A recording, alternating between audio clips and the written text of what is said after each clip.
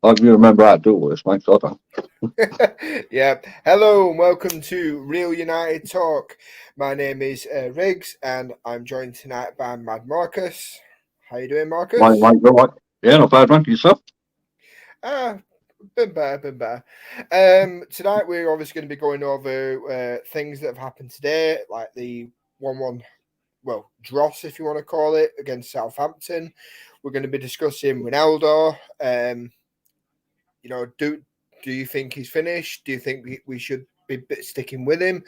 And also Ranić in general. So I'm going to start it off because we were obviously just talking off then. What did you first of all think about how the match was today and the overall result? The match. I think there's only one word for it. I think that's diabolical. I've never ever seen a United team so disjointed, so disinterested, so lacking belief. Um, I can't get over it. This guy that's come in, it's supposed to be the start of a new era for the club, a different kind of football, a pressing kind of football. And since the Crystal Palace game, I've not seen it since then. Um, I think it's awful. I really do. I think you bring a guy in. Okay, he's got experience, but he hasn't, in my eyes, managed at top level. Um, the German league, I don't class as top level. Stuttgart and the Hanovers and the Leipzigs, and I don't think they're top tier clubs. Um, and I think he's trying to do what Louis van Gaal tried to do, and that was to bring a European type of football to an English club that just doesn't work. It doesn't go.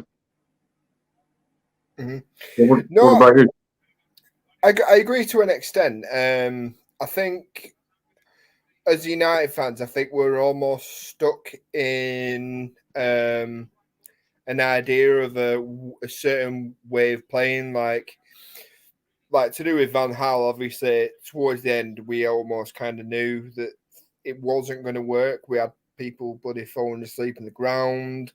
We were playing awful, having awful results. Like I remember the 1-0 defeat by Norwich at home. But I think we almost now need to let go of this ideology of the the United way almost, like, because everybody says this is how we should play as Manchester United. You should have your wing backs bombing on, balls straight into the box, and quick flowing game. Whereas sometimes I think you almost need to evolve and adapt. I don't think the way we used to play would work now, because nowadays, we used to, obviously under Ferguson, we played predominantly 4-4-2.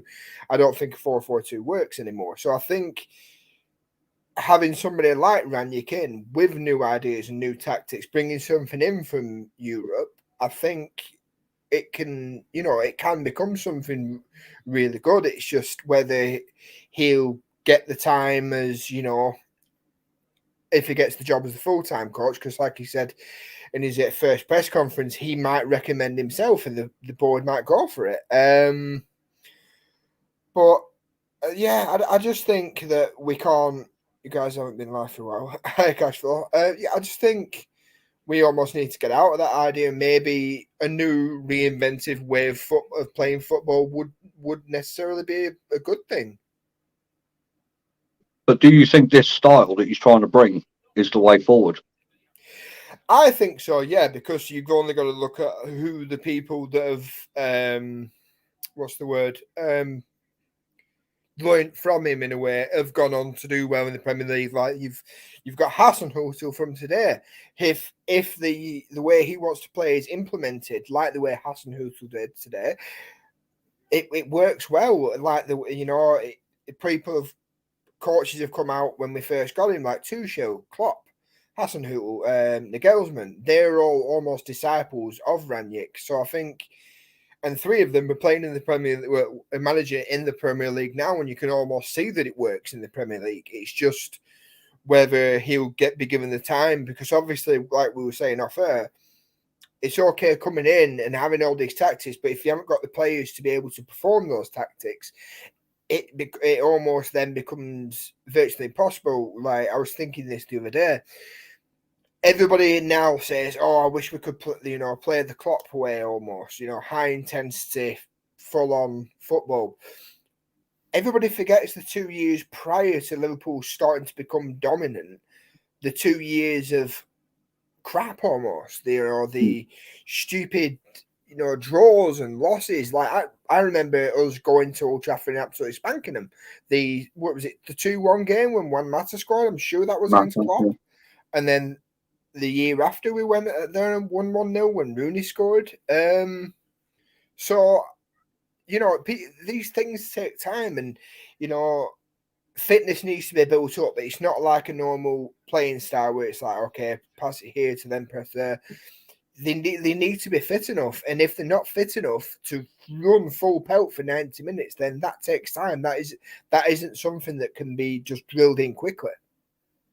Thing is, to me, though, Riggs, right? This guy, I mean, you're talking about fitness. That was one of the first things that Ollie said when he came in, the fitness levels. He wanted them to run all over the pitch for 90 plus minutes, right? So they had 2.5 years under Ollie, right? Probably say 18 months to 2 years of that was ravaged with COVID and stuff like that. Seasons were up and down, the games were fucking up and down. But in every season, I saw progress up until that last season, those last few months before he got sacked, right? Mm-hmm. So they've had all that time with Ollie's training and feelings about the fitness levels and that. Then you've got this Ragnick coming for 3 months, just over 3 months now, and he's still banging on about fitness levels and controlling the game, right? Now that to me is crap. It is. It's absolute rubbish. No one can say that these players are unfit or, because they've had Ollie's training sessions where Ollie moaned constantly about the fitness levels. They should be, if anything, these guys should be fucking overfit. They've had breaks. They've had the winter breaks. They've been knocked out of the competitions this season, League Cup and FA Cup. But it was only over a couple of weeks back. He gave them all 5 days off, didn't he? So they're fully rested. They must be fit enough, right? Pogba's come back, and to be honest, the last 2 games I watched Pogba, he seemed to have been the fittest guy on the pitch. I don't get it. And the guy's been out for months with an injury. So these players should all be match fit. They should all be ready. They know who they're playing against. They know Premier League. So Ragnick coming out and saying, it's not the result we wanted, but we dominated the game. Look, fuck dominating the game, man. These players, that I see it on Twitter, people say, Ronaldo this, Bruno that, we got Pogba. I think these are not the world-class players everybody thinks of. Ronaldo now, I think it was a mistake coming back. I think Ronaldo is the one that's got Ollie the sack because Ollie didn't want him. I think he was brought back purely for shirt sales and the sponsorship deals, because the amount of money the Glazers lost with COVID, with fans not in the ground. Jadon Sancho, I think, was a year too late. I think he should have come. They should have gone balls out for him. Now, looking back in hindsight now, they should have gone for him in that second season of Ollie's. It was pretty much when we started doing this, wasn't it? I remember the hype around it, but it seems like we're always a summer or 2 behind what we actually need. It's like, you are right. We got Sancho a year later than what we probably should have done. We got Bruno 6 months after we should have done. We got him in the January where we should have got him in the summer. It's ridiculous, but what people say on Twitter especially, what they say about these players, what they said about Mason Greenwood, is I think it's disgusting. I mean, all right, the guy's done wrong. There's no doubt about it. If that's him and it's all comes out to be true. But then you look at Ronaldo was accused of that as well. I remember once upon a time. Um, Mendy's up for it on 6 or 7 accounts of doing that. I just think there's so much turmoil at that club, not just on the football side of it, but outside of the football side of it as well. These players' personal lives. I mean, Lingard, Ragnick said he came out and he wanted some rest to clear his head. And then Lingard goes against it and says the opposite. He said Martial didn't want to play that night. Martial says the opposite. And Ragnick, in both instances, blamed communication. It was a communication error, right? Ragnick speaks English, right? That ain't no communication error at all. Not in my eyes. You know, yes or no. You know if a player doesn't want to play, why? You can't get that confused at all. And so I think Ragnick I think he's done that twice now with Lingard and Martial, and I don't agree with it. But who do you believe? Because I obviously we've had a few like little exchanges on Twitter recently, but I believe the manager. I believe that Martial. I don't believe he said I don't want to. I'm not playing, but I believe he said to him like, "I'm going to put you on the bench," and he's pretty much said, if I'm not starting, don't bother. I believe that might have been the case. With Lingard, apparently it came out that it was Richard Arnold that actually told him to take the time off. But you've got to think, if you're Lingard, if you're saying, "Oh, I'm always ready to play," why didn't you just turn around and say, "Well, no, I don't need it"? This is the thing, isn't it? It's so fucked up. I mean, those 2 instances prove for me there's no common sense between them. It's not a language barrier at all because Rangnick, he speaks fluent English. There's nothing wrong with his English at all. So no, I don't believe Rangnick at all. I don't trust the guy. I don't like what he's doing. I don't like the mentality he's putting in there. I don't like his tactics.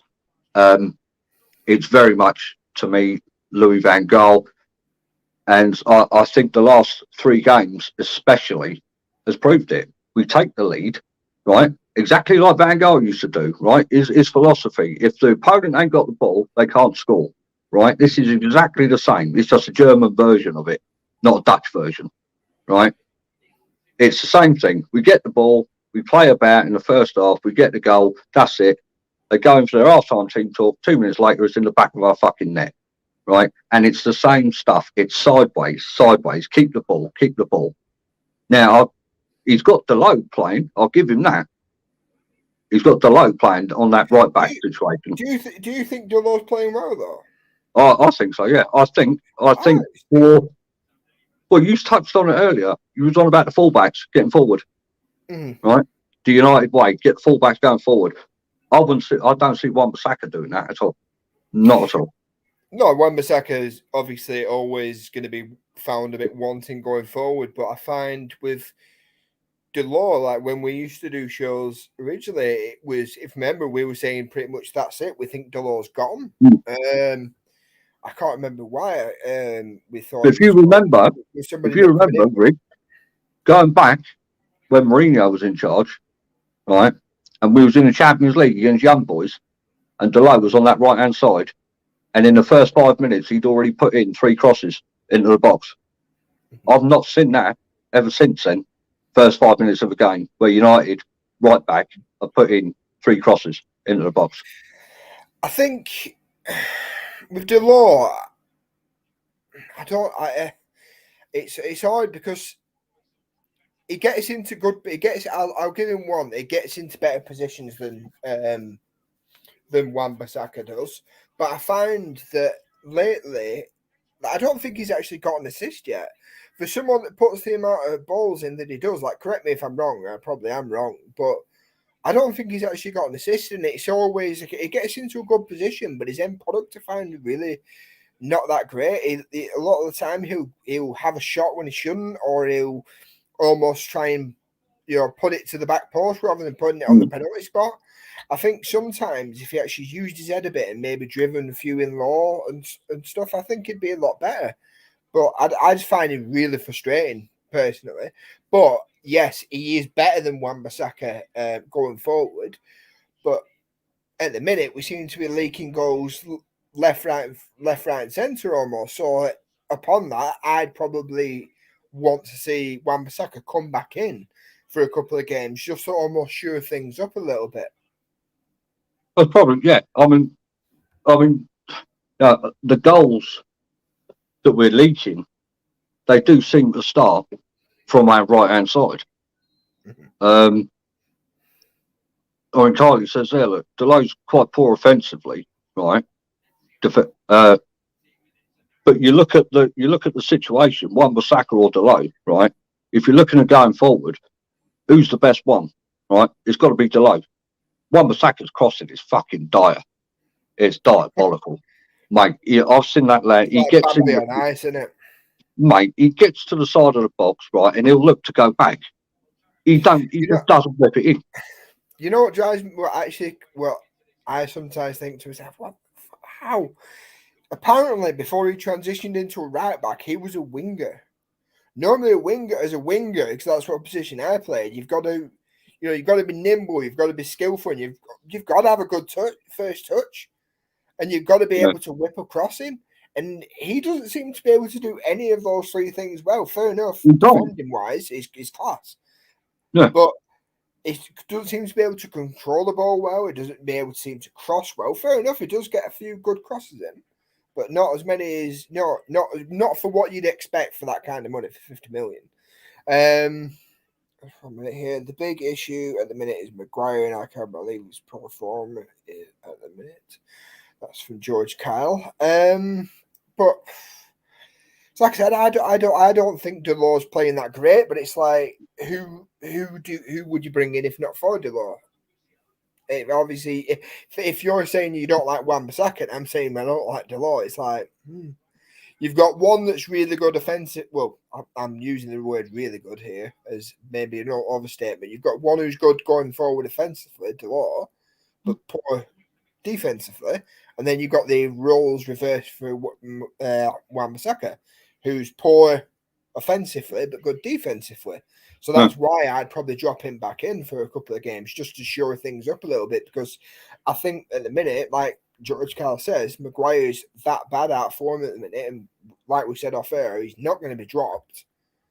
Perhaps that would do him a bit of favour, just a little bit more protection. If you almost said to Wan-Bissaka, look, can you just stick in?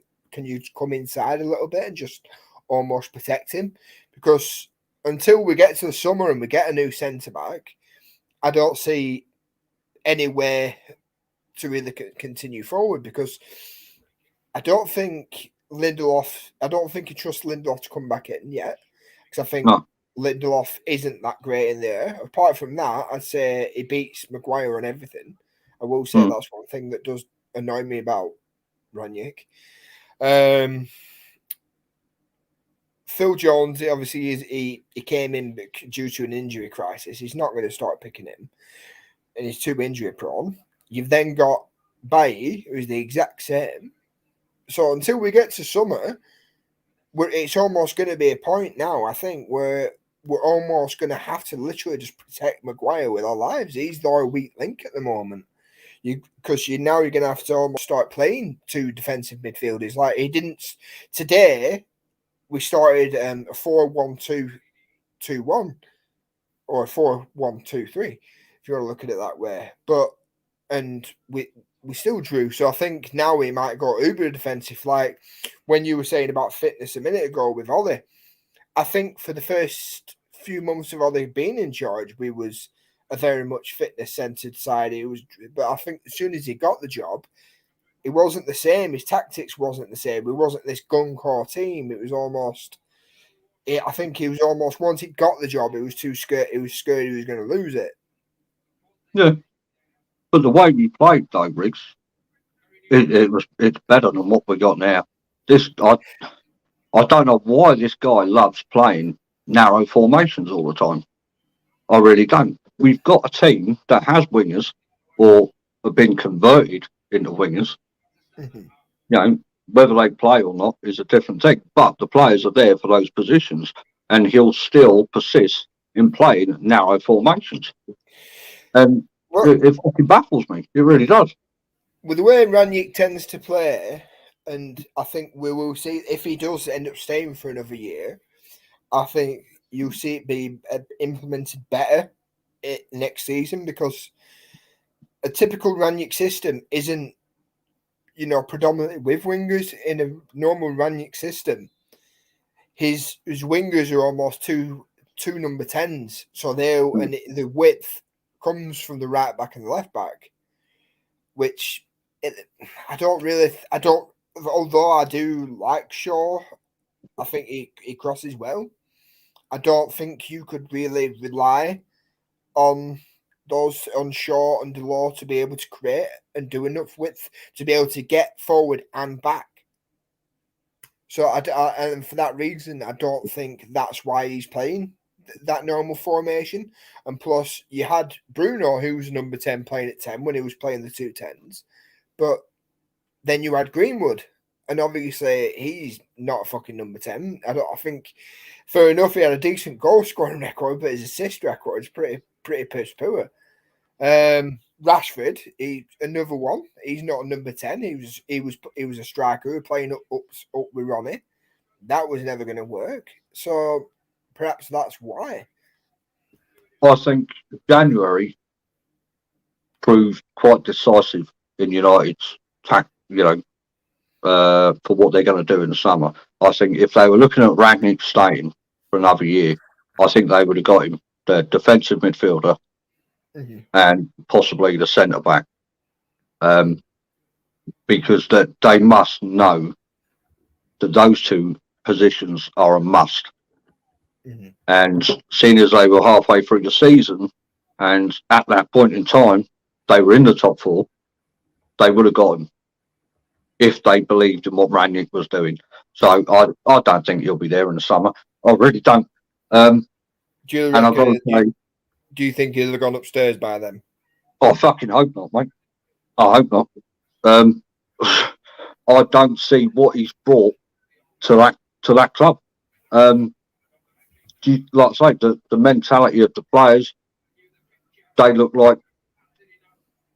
just look like they're there for a job. They look like they're there to kick a ball.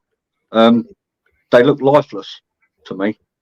The amount of times I've seen them, I've watched the interviews of him, just saying it's not good enough. We need to do this. We need to do that.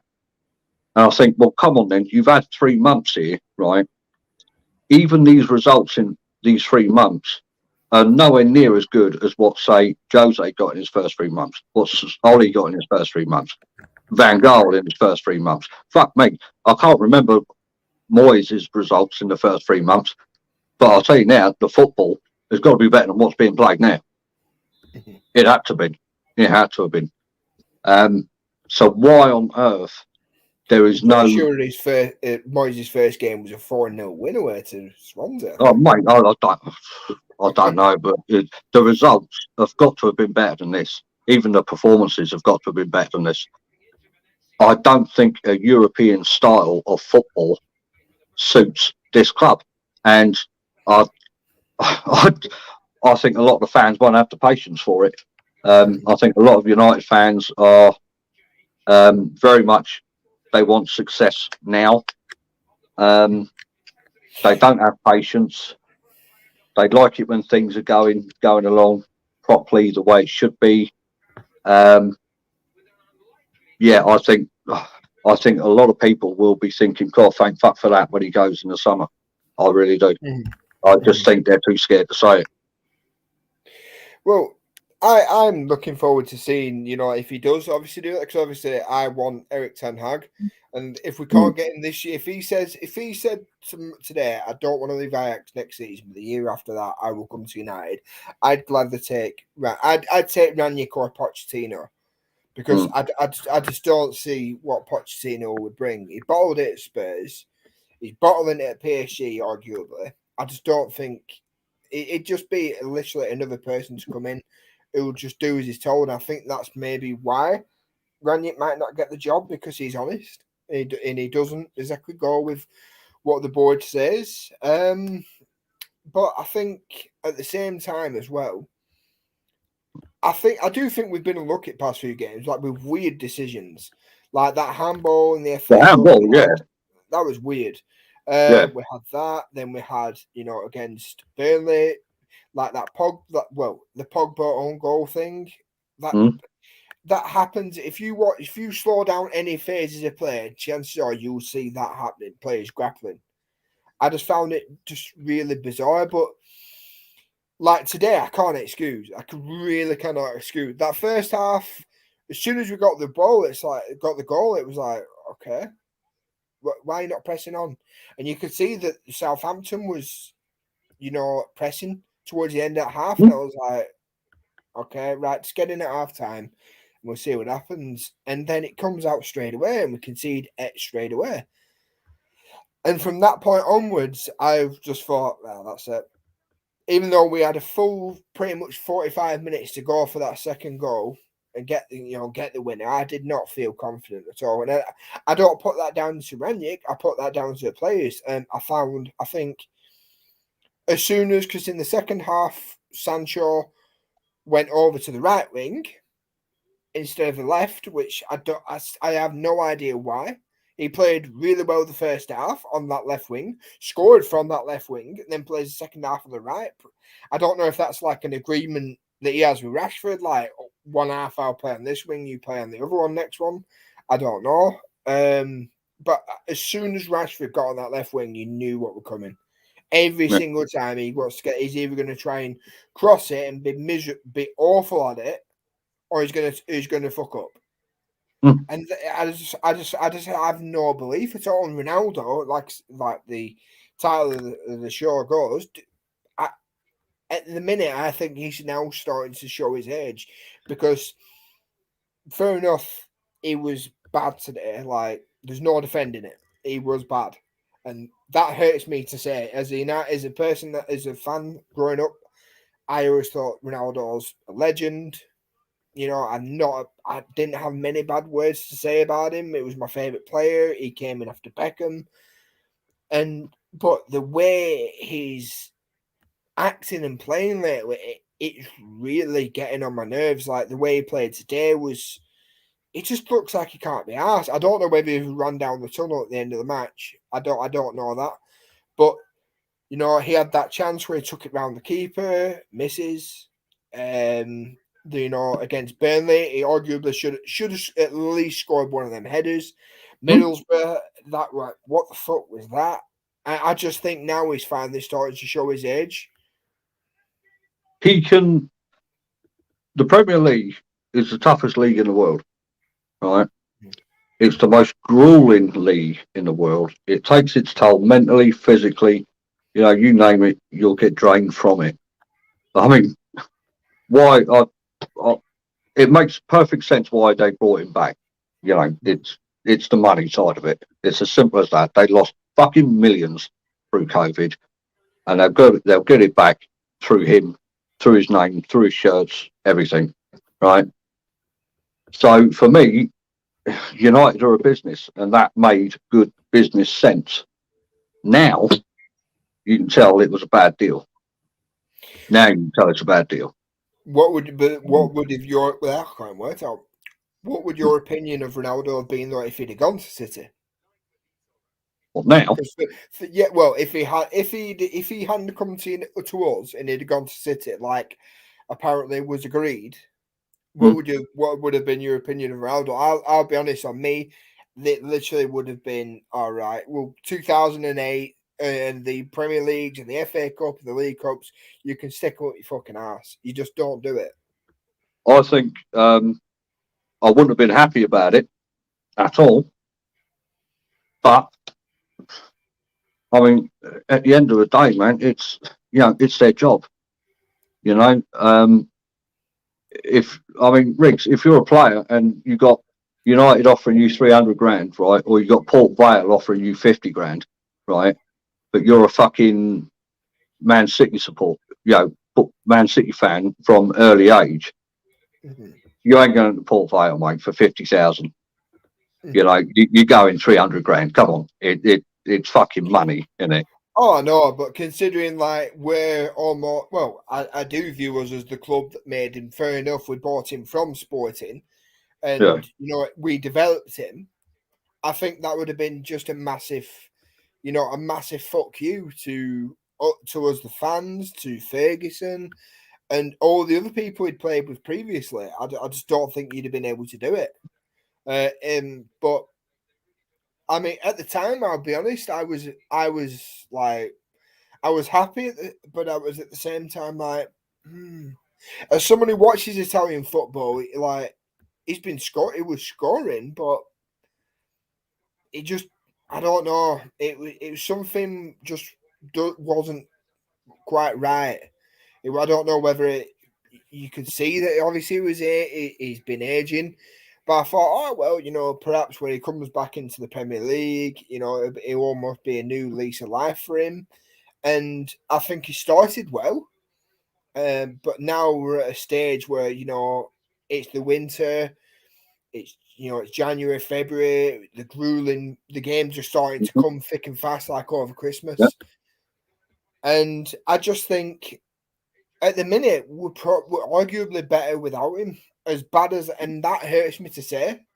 That really does hurt me to say. But if we had somebody else, like anybody else who were chomping at the bit for that striker's position, I'd probably give them a chance over Ronaldo at the minute. And Cavani. Like, we obviously had started this when Cavani first came in, and for the first year or so, I had to eat my words. I was wrong about Cavani. I remember Pankaj saying he's going to tear it up, and me saying, don't talk shit, he'll be lucky if he gets a goal. And I was so wrong about that. But even Cavani now, the goals have dried up for him. Martial's in Seville, he'll probably go in the summer. So you've got this summer, you're potentially going to have Ronaldo going, and if he does go, that'll be the image of Ronaldo that I'll remember now. It'll be the guy that came a second time and fucked off as soon as things got bad. He'll potentially leave. Cavani's obviously gone. Martial will go with no Greenwood. So that'll mean that we'll potentially lose 4 strikers in the summer. But wouldn't the good times of Ronaldo outweigh this season for any fan? I mean, this season to me, I never thought we'd get in there anyway. To be honest, I'll still love him, and I'll still, be glad for the things he's done. But I just think it'll leave a bad taste in the back of my mouth if he does. If we don't get in the Champions League and he leaves because of that, then I'm sorry, but you're not as fucking loyal, and you don't love us as much as you say you do. no, I totally get it. But I think United at the minute they're desperately missing a defensive midfielder, and they have been for I'd probably say at least 3 or 4 years. I think they're definitely missing a target man. And for me, instead of the Ronaldo thing, which was obviously business and to make money, they should have broke the bank and they should have gone for Harry Kane. In my eyes, they should have. They saved money getting Sancho a year later. I think 100 million and probably Martial would have done the deal for Kane. Lingard was having problems then. They could have even chucked Lingard in the deal. Yeah. And 100 million, these 2 players, and go for it. And you know what? I think Tottenham would have took that, to be honest. Jose was in charge at the time, wasn't he, at Spurs? So, I mean, they need a target man. They really do. United do not have anyone that can twist and turn and have got the strength to outmuscle a defender. Well, like George Carl's just said here, he said Ronaldo's the main reason we're currently still in the Champions League with the goals he scored in autumn, which You've got to think about our opposition we were playing and the fact that, that is European football. I think that's suited to him. Like, wouldn't surprise me if he went and scored against Atletico. But he's also said Erling Haaland in the summer inbound. I don't think we're getting Haaland. I don't think we'll be dealing with Raiola again anytime soon. If it was up to me, I'd go for Darwin Sanchez, Darwin Nunes from Benfica. He's a big, strong centre forward. I think he'd do well, and I think he'll cost. I think he'd cost you.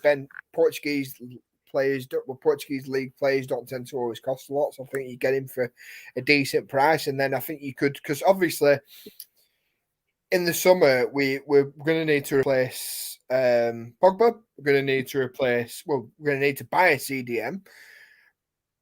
We're going to need to find a striker, and we're going to need to replace Greenwood as well as a winger. So I think, get Nunes, that's your striker position sorted. Get, Basuma from Brighton, and get Tielemans, who's got a year left in his contract. I think you could get them free for about 90 million for all three of them. Whereas, some United fans are saying they want to splash 150 million on one player in Rice. I think there was a deal in January that suited United down to the ground, but they didn't do it. And that was Adama Traore. It would have absolutely suited United down to the ground. Right back, right midfield, pace, strong, he can cross, he can score. You see what St. Maximin does for Newcastle, right? That's another one, underrated. I think, but you'll know what, especially with what the money that they've just come into. Oh, yeah. But I think Adama Traore going to Barcelona for, what was it, 15 million or something, loan option and buy and all that. Yeah. That's peanuts, isn't it? And they knew what was happening with Greenwood. They knew what was happening with Lingard. They knew what was happening with Martial. Mm-hmm. They could have quite easily done that deal and said, right, okay, yeah, we'll bring him in purely for fucking pace and power, man. I think that guy is fantastic. And what he's done for Barcelona, coming on for Aubameyang the other night or the other week, the defence, he just fucking terrifies defences with his speed. I suppose it's his end product that kind of does it for me with Adama Traore. Yeah, I mean it's not the greatest, but he'll create opportunities for the other players because the defences will be pushed back. Funny thing is, I'm saying I don't know about his finishing product. Fucking hell. We've got Rashford on the wing, for fuck's sake. It's not exactly like he's banging him in every week, is it? I just think we're in a bad place at the minute. Yeah. I think there's a lot of uncertainty around the club.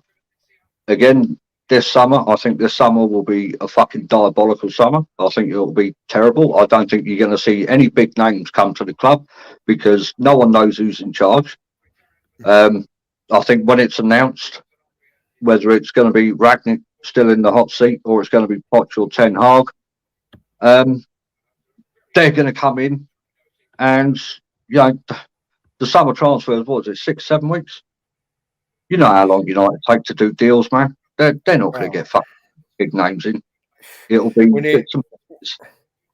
need about 5 or 6 to come in, and unless they literally, for everything to work for next season, I think we'd almost need to start getting business done now. Mm-hmm. I think we'd literally need to have an agreement in place with who our manager is, and then be approaching these players that we want. Like, look, although he's not appointed yet, such and such body's coming in the summer. We've got his agreement. He's contractually bound.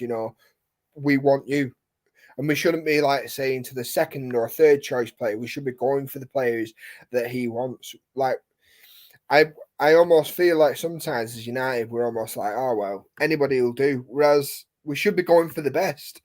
This is why I want, Edwin van der Sar to come into the club.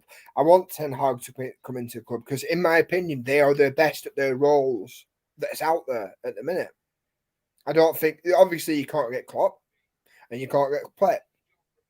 So Ten Hag, and we always seem to get the person after we should have got them. Like for me, I think we should have got Mourinho when Ferguson retired, but Mm. instead we get him way later than what we should have done when his passion for the game had gone. Pochettino, I think that'll be the same case. I think I have got a horrible feeling we will get Poch this summer. I think it'll be Poch, yeah. I really do. It's no secret that United, fucking Woodward and the Glazers have wanted Poch, since his Spurs days because they see what he can do with no money. Yeah, it's a no-brainer. And I think if you bring him in, you're probably looking at, he'll probably bring in 2 or 3 of the players from PSG that are out of contract. And it wouldn't surprise me if one of them's Herrera to come back. It really wouldn't. Don't tease Mate, me.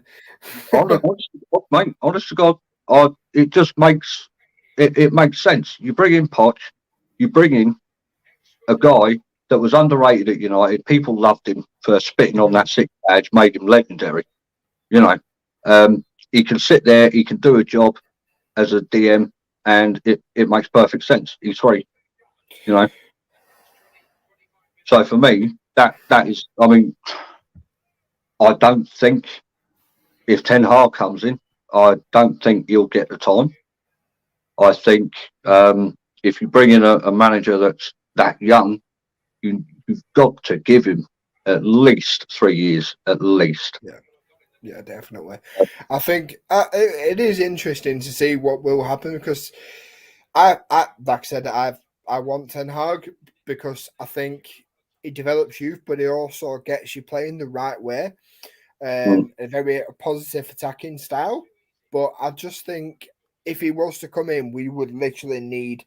I think this is maybe why we might not go for him because he would literally need to almost rip up the full squad and say, right, I don't need him, I don't need him, I don't need him, I don't need him, I don't need him. Whereas I think if Poch came in, even the players he doesn't want, he'd be saying, "Oh yeah, this is fine. I'm just happy to be here." And for that's why I'm worried about Poch coming in. Because if a real manager came in, like apparently Ranić's already come out and said, apparently he's already gone to the board and said, Wan-Bissaka, Luke Shaw, and fucking Maguire aren't good enough to play for this club. Yeah. So you can only imagine, and that's as an interim. If a full-time manager came in and was like, right, I want 3 years, and they give him 3 years, and he comes in straight away and he goes, right, well, they need to go. You can't exactly say, well, no, keep them. You'd be like, well, hang on a minute, it's either me or them. You signed me in for 3 years now. Whereas if it were Poch, I think he'd just be happy to have whatever he could get. If you remember the time when we signed Wan-Bissaka and Harry Maguire, right? Mm-hmm. Everyone was calling it Brexit FC, weren't they? Yeah. And yeah, you can see that now. Well, I can, because again, it makes sense from a business point of view. Mm-hmm. The amount of money that they saved with what the government did, or have done at the time, and not going after foreign players, even though they're cheaper. It was all to do with the fucking passports, wasn't it? In that. So yeah, it makes sense in that way as a business that they went for British at the time. Now the Brexit thing is done. I don't see. I don't see Haaland coming at all. I don't see Haaland coming ever. I think if Ollie was still in charge, we might have a chance, yeah. But that ship sailed. But no, I think when you don't know who's going to be in charge and you don't know what training methods or techniques they're going to use, I don't think anyone want to come to United actually this summer. It'll be slim pickings. I think they'll probably bring in signings very, very similar to like the Dan James sort of signings, under the radar, not well known, up and coming. You know what though? The thing is, I'd actually prefer that, and I know, but I'd want us to spend a decent amount. I'd want us to get a few of these up and coming players, rather than just going 150 million Declan Rice, 100 million on this player. Oh, that's your lot. I'd rather us use the money wisely. I think that's maybe why we've like Basuma. It probably cost you 30 million. Frank Kessie from AC Milan probably might cost you 20 million. I was just going to say, There's good players out there, but United won't see us like that. They'll just go, oh, which signing will get the more sales? yeah, that's what I say, and that's where the Ronaldo thing comes in. And I think that's where the Zlatan come into it as well. Don't know, because Zlatan, he did perform, although he did go on to win trophies with us, so yeah, it was quite a shrewd bit of business. I would actually say the Zlatan signing made more sense than Ronaldo, because Zlatan can play as a target man. He's quite physical. Yeah. He doesn't rely on his speed. We all knew that, you know. And apart from the fucking injury that he got in his last season, I thought he actually did quite well for his age. But you look at Ronaldo now, at his age, I don't think much of him. I really don't. I think he's a shadow of the player that was at Juventus. Obviously, the age, you got to take age into consideration, but I think he has proven to me that players that want one last big payday cannot do it in the Premier League. If you're serious about winning trophies now, mate, you can't have a club like Manchester United rely on a 37-year-old man to score you goals in the top competitions. All right, I don't give a fuck what his name is, whether it's Pele, Ronaldo, the Brazilian Ronaldo, fucking Ronaldinho, don't care who it is, because they can't do it in the Premier League. That, you know, at that age, man, your bones seize up, you know, in the cold. It doesn't matter how fit you are, right? Is that what happens to you, Marcus? Oh, mate, yeah. But at 37, to run around in the Premier League, right? You know, for 6-7 months, no, I can't do it. I can't do it. And I think, like you said just now, I think United this summer, they need to go young, energetic, enthusiastic, passion for football, not worrying about how much money they're on, not worrying about what fucking car they're going to be driving or how many followers they're going to be having on social media. Go back to basics. And, you know, I still now think that Roy Keane coming in, even though it's never going to happen, right? I think if Roy Keane had the chance to come to United, right, and manage that club, he would get the job done, because his mentality for that club as an ex-player, as a pundit, has never changed. His opinion has never changed. If someone shit out, yeah, these players need to kick up the fucking arse. All of them do. And I think he would be the one to do it. It would never happen, but he'd be the one to do it. There's a shout from Max. He says, if Martial does well on loan, I will give him another chance and use Palestri and Garner next season. Right? Whereas I don't agree with Martial, because I believe he's had enough chances. I think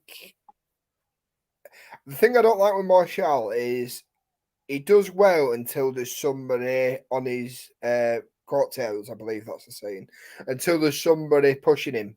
You seen in his first season, it was really well, but then Mourinho came in, pushed him out to the wing, gave Zlatan, you know, the striker position. Didn't really take to that well. Then Ole comes in. Ole, you know, plays him as the out and out striker. Plays really well. We bring in Cavani, and then straight away Martial, as soon as he's got a bit of competition, bottles it. And I think that's where Martial, unfortunately, his weaknesses. I think weak mentality. I think as soon as somebody's challenging him, he doesn't like it. He instantly starts fucking playing shit. But for Garner, definitely, I'd definitely give Garner a chance next season. He deserves it after how well he's been playing for Nottingham.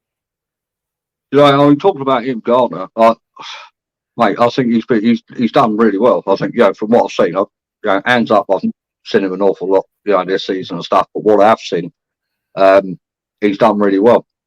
But I mean, for me, last summer, I would have been quite content with Martial on the left, Rashford or Greenwood through the middle, Sancho on the right. Yeah.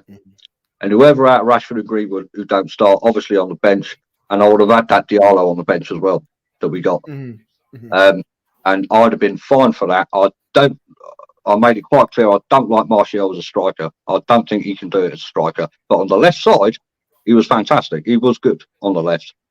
I think Rashford through the middle, he's better suited because of his pace and his trickery. I think Sancho on the right would have been ideal.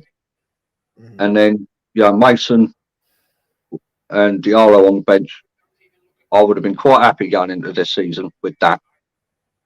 And bringing in Ronaldo, I'm fucking. I know that's what got Ollie sacked. I said it when he come back. When he come back, I said it on Twitter. I said this team, plus Ronaldo, will get him the sack. You could see it coming. It's not what he would. It went against everything Ollie had said about a counter-attacking team. It went against it all. It went against it all. I thought to myself, why? Why would you do that? Why? It's obvious then to me. It's not Ollie making, in the transfer market. It's not him wanting these players. It's them lot upstairs that want the players for the money. So no matter who comes in, mate, they're fucked. Max says, I would like Ahmad to go on loan for a few years. Like Ghana, Ahmad will develop more by playing rather than sitting on the bench. Yeah, no, I do agree. But if he was on the bench, right, if we didn't have these players and he was on the bench, you guaranteed game time because those five there, Rashford, Greenwood, Sancho, Martial, and Diallo, they would rotate. They would have to rotate. And it wouldn't be, the team sheet wouldn't be so predictable either. You know what the team sheet's going to be. Ronaldo's going to play when he's fit. Cavani will play when he's fit because they'll alternate. Sancho's going to play. Rashford's going to play. Fuck me. Maguire's going to play. De Gea's playing. Dalot's going to play. The only position I would say was debatable and not predictable would be who would play alongside Bruno in that midfield. McTominay's playing. So, who would you play there? And I feel so sorry for Van der Beek. I really do.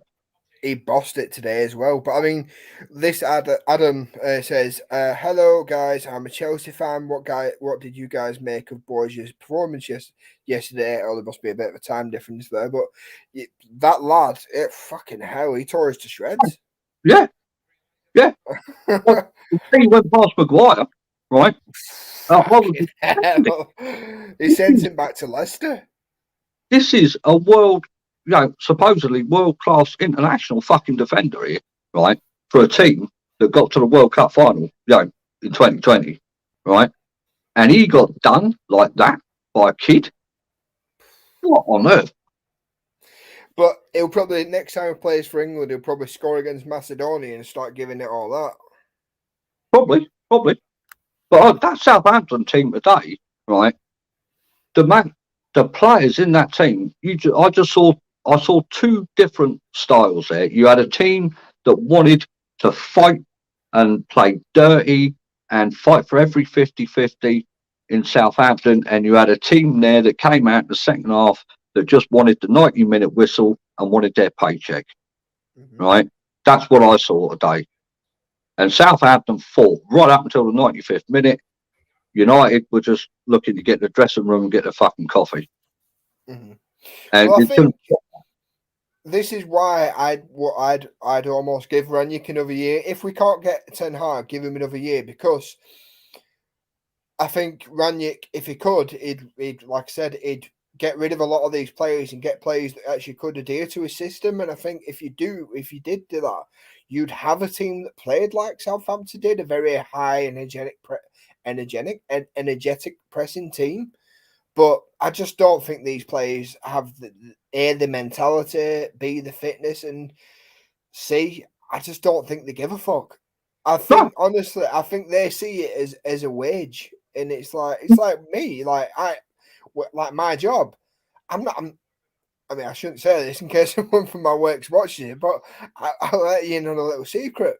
I'm not that passionate about insurance, but I do it because it's a job. But I'm not paid £100,000 a week. Do you know what I mean? And I think that's almost getting to the point now where our players almost look at us as in, oh, I need to clock on, need to get this match out way and I can get back home. Whereas this is Manchester United, for fuck's sake. Yeah. I think a lot of those players need to realise like who they're actually playing for. I think when the money is in front of them, Jamie, I think it all goes out the window. I mean, when was the last time you could say Manchester United were competing for a top 4 spot with West Ham? Well, I think that's testament to the league, though. If anything, I mean, you've got to think about next season as well, and this is why I think we need to pump. Literally, we need to get some good big sign. I'm contradicting myself. Not big signings, but a lot of strong signings in, because you're not just going to have the likes of Chelsea, City, Liverpool, Tottenham, Arsenal competing for top 4 and competing with you 4 players. You're now going to have the likes of fucking West Ham. You're now going to have the likes of Aston Villa. You're going to have fucking Newcastle, because they're I mean, Christ, they spent 100 million in January, for fuck's sake, nearly. Yeah, and look what it's done to them. It's transformed them. Yeah, back, that's all I've heard for fucking days. Obviously, I live up here, and honest to God, it's like I'm living a fucking nightmare. But like I said, next season it's not just the big 6 anymore. It's gone. The Premier League has gone from, in hindsight, being top 4, although it was pretty much always just fucking Arsenal, Chelsea, United. Whoever came in 4th was like, oh, Champions League, but it's gone from top 4 now to top. You now got top 6. I think next season it's going to be 9 teams competing for that top 4 space. And if you throw Leicester into that hat, which I think you can, if they get rid of Rodgers, I think you have 10 teams challenging for that top 4 spot. So this is why I think we definitely need to get some investment in. I think if Leicester get rid of Rodgers, he'll be linked to United job, as well as 10. At one stage this season, I'd have took Rodgers as well. When things were going that bad with Ollie after like the Watford loss, I was just like, I don't give a fuck. I'll take fucking any man and his dog. Give me Rodgers, give me some money, but not now.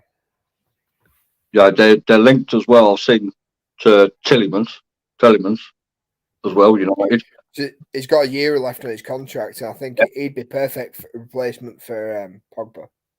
But this is how I see United doing business this season. I think they'll be looking at players in the last years of their contracts that they can get on the cheap, that are used to playing not at the top level, but not far off it. I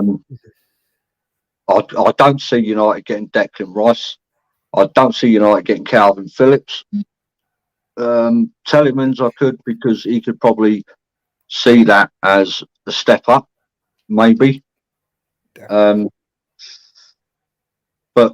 yeah, I can't see no big signings, mate, coming at all. I really don't. I think the complete opposite to you. Although I think United need to do what you just said. I think we need to be looking at players with a year left on the contracts, and I think we should be, trying to get the shrewd little signings in, the people that are not quite world class, that will be world class in like a year or two's time, so we can almost make our own superstars rather than going for the ready-made fix. Because I think that's where we've gone wrong the past few years. I think we've signed ready-made players and it hasn't worked. And I think Rice would be, like I said numerous times, it would be the exact example of that. Fair enough, I like Rice, but is he 150 million pound player? Fuck no. Definitely not. When, like I said, you could, I think I was wrong actually. Frank Kessie would be free in the summer, according to one of the, I think it was Max. He said he's out of a contract, so you could get him for free. You could get Tillemans for what, 30-40 million. So that's Pogba's replacement, and that's your CDM sorted. You could go and get Nunes for Benfica. That's your strike sorted. And this is probably, up until this point, you probably spent 50 million. I'd rather us use money wisely and actually buy well, rather than just buying a big name player for the sake of it. Fair enough, Rice is an amazing player. He's an amazing centre defensive midfielder. But another thing about Rice is I don't think he wants to play centre defensive midfield. He seems to, if you watch him for West Ham, he gets forward more and more and more and more. Yeah, I think he wants to be a box to box. I think he wants to be like a centre midfielder. I mean, there's so many problems at United. Mhm. You know, not just with players out of contract, but players that shouldn't be there. You know, I mean, the Pogba issue. No, I get it, like, sorry to interrupt, but I've just remembered another thing. Apparently, we wanted Hadara and Zakaria, but United scouts said no, they're not good enough. Who the fucking hell are these scouts to come and say to the manager, "No, he's not good enough"? You either do what you either get somebody in and you listen to what they say, or you don't. Yeah, it's ludicrous, mate. There's like I just said just now. There's so many things. Pogba's out of contract. Lingard's out of contract. Martial will probably want to go. Mata's still there. Phil Jones is still there. Matic is still there. Mm-hmm. You know, we've lost Greenwood. I mean, that's 7 already. Then you got the fucking goalkeeper situation as well. Sam Henderson. Yeah. He'll probably want to go. So that's 8. You know, you just think to yourself, what do you do? Whoever comes in, mate, has got a major job to do in-house first. That will be the priority in that club first. It won't be about going and buying people. And the thing is, I do worry about. I'd rather us know now whether we're getting Ten Hag or another manager, or whether we're keeping Ranić, because you know for a fact if somebody does come in the summer, it'll be, oh well, I want to watch these lot and figure out who I want to get rid of, yada yada yada. And then it means that they've got another couple of weeks with these players, and we just never end up getting anything done. Like, I think, what did you say? I think Henderson, Mata, Jones, Matic, Greenwood, Ronaldo, Cavani, Lingard, Martial. You know, like I said, that's 8, 9, 10 players that we arguably need rid of. Yeah. And if they're still under contract, mate, who's going to buy them? That's the thing, because of the wages. Exactly. I don't see anyone taking them players at all, because they're either past their prime or they are completely injury ridden that they can't play. And no one's going to be fucking stupid to do that. Lee Grant, there we go. So we'll need the third choice, you know. Don't forget Tom Eaton.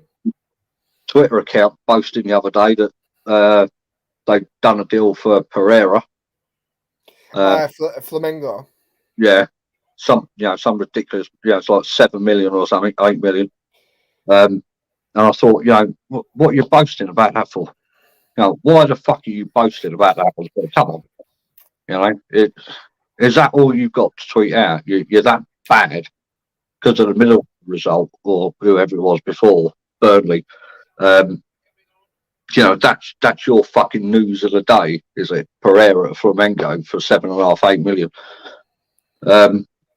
But yeah, there's so much that there's got to be sorted out in there. Yeah, we're absolutely rotten to the core, but it's just one of those things, isn't it? I suppose.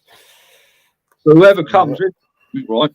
Whoever comes into this club is going to know that their reputation is going to get tarnished as a manager, and they know that you get sacked at the end of it. Oh, it's a poison chalice, definitely. So it's a bit of a double-edged sword in a way. I mean, especially for Pochettino. If you come in to the club where the top men want you to come in, but you know that the minute things start to go wrong, your job's on the line. I don't think he'll be given the time to turn it around if things do go wrong, because he's got the experience of the Premier League. So I think as soon as it goes wrong, if it's him, there'll be pressure on him to get it right, and he'll be out the door as quick as they can get him out. I think with Ten Hag, if they get him in, then they need to at least give him 3 years. Like, they've got to. You can't have Ranić sort this squad out now and decide who's going and who's staying and have him draw up a list of players that he wants in the summer if you're going to replace him. And then that new manager is just going to tear that up and say, I don't want them. I want this lot. Yeah. That's what I'm saying. I think they need to almost, although I don't trust this board at all to do the right thing, I think they almost need to make a decision in the next couple of weeks and be like, right, we're either giving Ranić another year, or we're going for the manager. So at least then we can approach him and say, right, we want you to come manage us. If what players would you like? Tell us what players you want this summer, so we can start getting ahead of those deals, rather than you coming in at middle of summer and then being like, oh, I want this player, this player, this player, this player. And also say to him, by the way, not only what players do you want, what players do you not fancy that we've currently got, so we can work on trying to get them out. You can guarantee, mate. You can guarantee, whether it's the Ajax lad or the PSG guy, someone who, if it's one of those two that come in, will get one or two players from their club, because they'll know their contract situations and everything like that. I mean, there is the possibility that Van der Beek, when he comes back, if it's hard in there, he'll start playing. And to be honest, mate, I feel so sorry for him. I really do, because he came to that club. He was very well thought of. Madrid were after him. Madrid pulled out. United got him, and he's hardly had a sniff. Yeah. And a waste. A waste of things like that, I always think to myself, you're not only damaging that player's current career, but I think you're almost damaging your relationship with the selling club. Because I like Ajax. I like a lot of Ajax players. I like the way they play football. But if you're an Ajax player, like take Anthony, he's a left winger he's a right winger who plays for Ajax. Really good player. Really, I think he's going to be like the next best thing to come out of Ajax.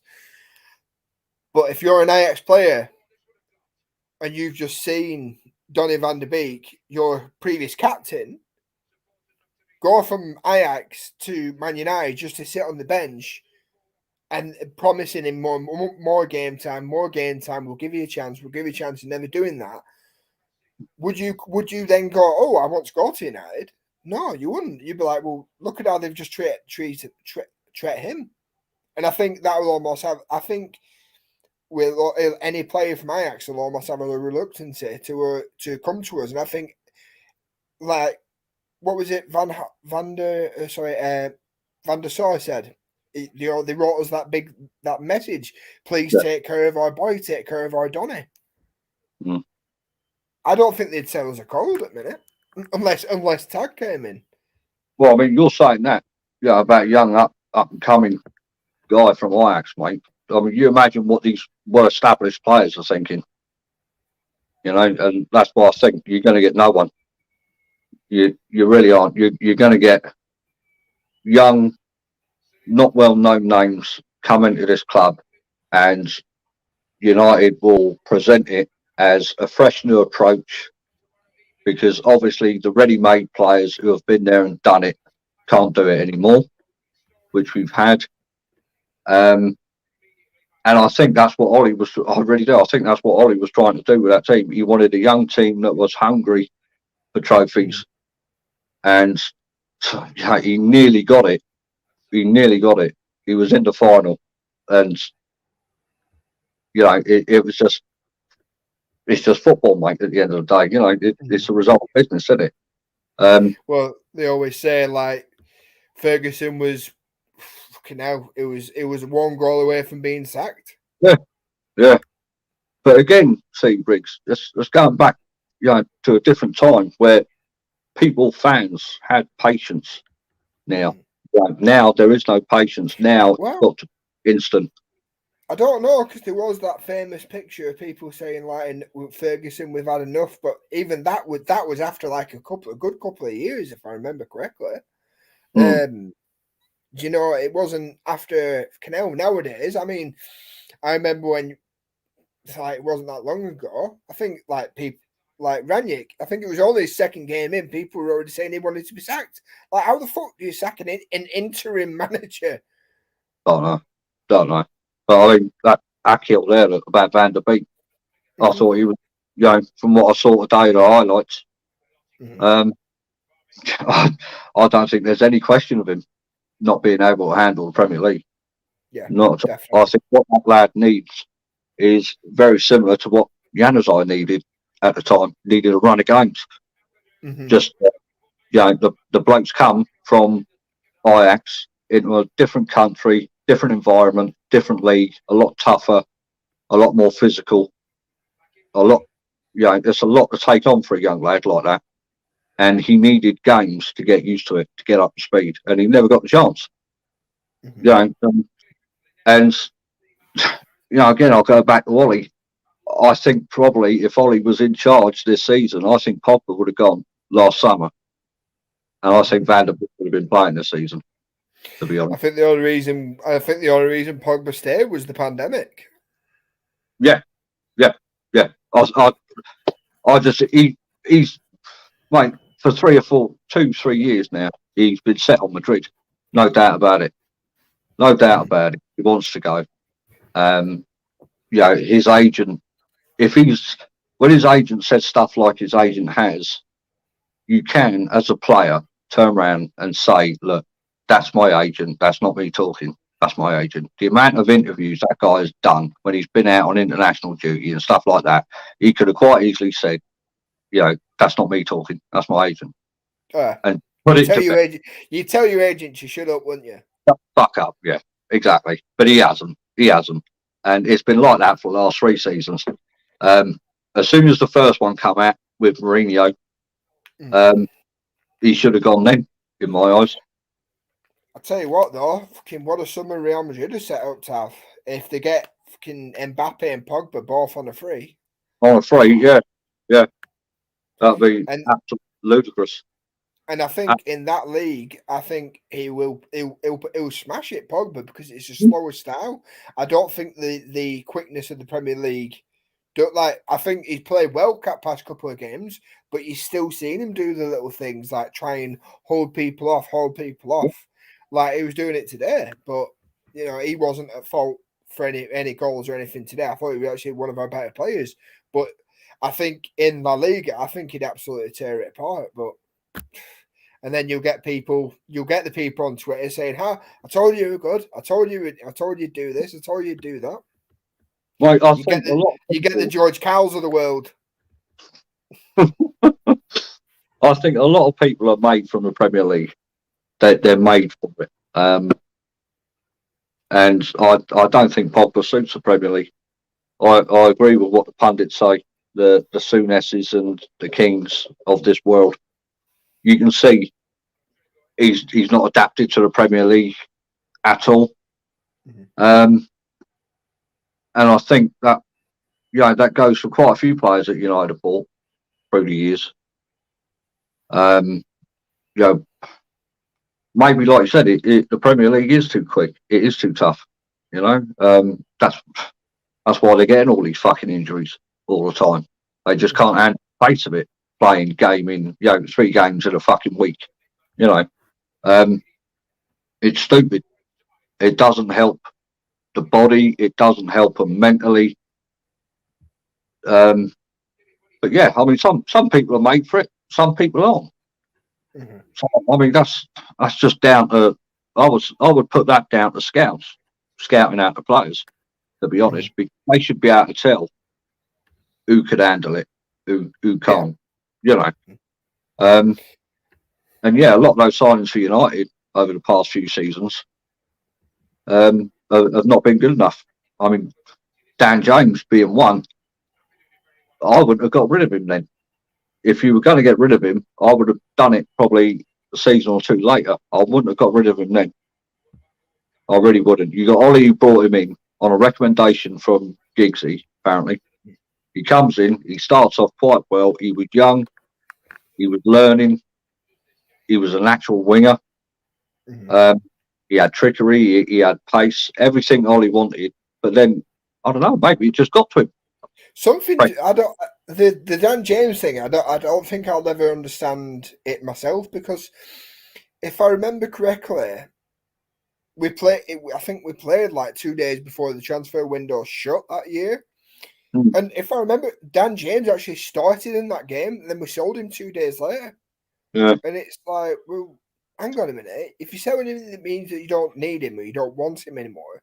So why did you start him I mean, transfer dealings aren't just done in a day or two. It takes like a good a week or so. So chances are that move would have already been in the works. So why did he start in the first place then? I don't think I'll ever understand that. I think, Rich, it all comes from the top, mate. I think whoever's in charge doesn't get a say in transfers. I really don't. Well, there was rumours that Pogba was apparently a Van Gaal signing. It took us. It was a deal we were working on for 3 years. Ollie was trying to raise his price up. Well, again, do you know what I mean? Oh, that makes sense. Again, in a business sense, the way that club is run, that makes sense. But yeah, why? It's very similar to the Martial one now going on loan. All right, he's not playing, right? But what if you get Ronaldo and Cavani, who are both, getting on in years? What if they both get injured? What we stuck? I don't. It's all in the fucking board, mate. I'm sure of it. It is. It's all. It was a weird one, like letting so many, especially with what's obviously happened with Greenwood. We've now gone from a point where if you looked at a bench, you'd go, fucking hell, we've got some options off the bench. Whereas now it's like, oh shit, who do we bring on now? Like overnight we had to bring on Juan Mata. Like I'm nothing against Juan Mata. I'm sure he's a lovely person, but so's the Hermes driver who delivers my parcels every other day. I wouldn't want him playing for United. Half these players, man, in that team, they're not worth the wages. They're not. If Ronaldo's on the 400 or 450,000 a week, it's not worth the money. It's not. Cavani, not worth the money anymore. It made sense at the time, but it doesn't make sense now. The Matters, the Matic, Phil Jones. I mean, Phil Jones was on the verge of going somewhere in January. And apparently he didn't want to. If I wasn't playing, I know which bench I'd rather sit on: French Riviera or fucking Manchester. Yeah, if you're making that much money, why would you want to go? It's the same. It's a similar story to what. Well, no, it was a loan move. Apparently, it wasn't even a permanent move, so he'd still got his full wage. Yeah. Do you know is it picking up your bags? What injury table would you rather lie on? The one in Manchester or the one in France? But it's a similar story to what Mourinho did with Schweinsteiger. He was offered to go in that summer. He said, no, I'll sit and play with the kids. I'm on this amount of money. Why would I need to go? And it just, as a footballer, it makes sense because you're not going to go somewhere for less money than what you're on now. As a business sense, it's bad for the club because you've still got that player on that amount of wages. And you can't do it. Mate, everyone knows, unless they get rid of players this summer, they're not going to bring anyone else. So players have got to go. Now, which club are stupid enough to take on Phil Jones, Matic? By then, Ronaldo will be pushing 38 next year, right? Cavani's going to be pushing 35. The one that's got the price, I mean, Pogba will be a free, Lingard will be a free. The one that would make him money would be Henderson. But he ain't going to cover that cost of the other fucking 6 or 7. Mm-hmm. Well, the thing is, I think if we were a football club, I think what anybody at a big team would do with the likes of Matic, Mata, Jones, and stuff like that, because you're obviously not going to make any money off them. You're not going to. Nobody's going to come in and go, "I'll give you $5 million for him." Nobody's going to do that. And if you do sell him, you're selling him at a free, and you're going to have to subsidise the wages in somewhere. You're probably better off. It probably makes more business sense to say to like the likes of Mata, who's probably got a year left on his contract, or Matic, and thinking, right, we're releasing you. We'll pay you up for the rest of your contract. Good luck with your future endeavours, yada yada yada. But just terminate the contracts of them. Yeah, terminate them. Why are we trying to still make any kind? Because nobody's going to come in. They need, in order for this club to go forward to the next stage, they've got to get rid of them players, right? Yeah. Now, from a player's but they won't though, because they see him as a tangible asset and a way to to try and get a bit more money. But from a player's point of view, if I'm one Matter with a year left and I'm on 200,000 a week, and they say, "Look, you're not playing football for us. You're not even making the bench. You're good to go." I wouldn't batter an eyelid, mate. I wouldn't even have a go at him if he turned around and said, "Well, I don't want to go. I'd rather just sit on the bench for me last year and collect me 200 grand a week." So that's what I'm saying. If we were serious, they'd go, "We'll pay you up for the rest of your contracts. Just go." That's the only way they'll move, Briggs, is if they pay them the full amount of wages for the rest of their contracts. Right? That's the only way they'll move. There's no way any of them players are stupid enough to turn around and say, "Well, look, you can terminate my contract if you pay me half, right, for the rest of my contract." No fucking way. No way. It's like when Sanchez went. Apparently, we had to pay for half of his wages, even though we didn't have fucking play for us anymore. It would have been more sense to just say to him, So what? You scheduled to get £200,000 a week. So call it £800,000 a month. So call it $1 million a month. $1 million a month. 12 million. 12 million. Fuck off. Yeah. You're going to pay that over the space of the year anyway. Yeah. But they've got to get them off the books, man. One way or another, they've got to get off those books. Because then you're talking, the amount of English players they've got to have in the squad and, stuff like that. The bench is it's awful. It's an awful bench. I mean, the first 11, you could argue it probably ain't the best because there's a couple of players in there that are obviously not good enough or are overhyped, not wanting to play for the club. But I think they're in shit streak. I really do. I think they're in shit streak. They got 2 players there for a start who were playing today in Pogba and Lingard, right? They're not interested in playing for Manchester United. They're interested in playing for their futures, where they're going to go. Yeah. Well, I think even Randy highlighted that, didn't he? He said, whether Pogba's playing for us or playing for a future move, it's still, advantageous, I suppose. The thing is, it's like we said off air, if we had options, which I don't think we do in midfield or in a lot of positions now, I wouldn't play Pogba, not upon the thing that he's not talented and, because form-wise, I think he's playing okay. But any other club would be like, oh, well, if you're not signing a contract, you dropped then. Yeah. We're in a position now where we have to play him for any hope that maybe we can get into the Champions League.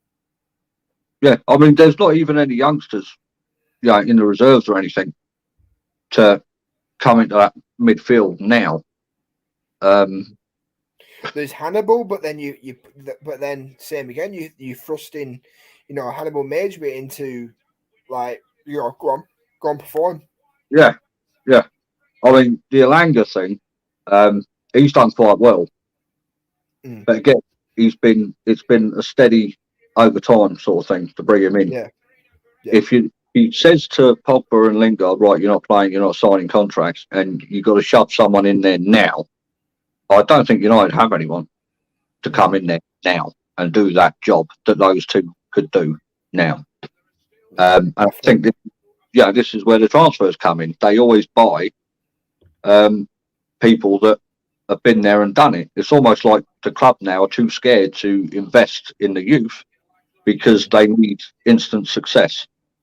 They're falling so far behind now that they are willing to pay players in their 30s or 35 and upwards. They're willing to give them 2-3 year contracts with massive wages. Whereas then, mate, once you hit 30, it was a yearly contract. Yeah. It's that no more, man. It's not that no, because they need that. Now, yeah. Yep.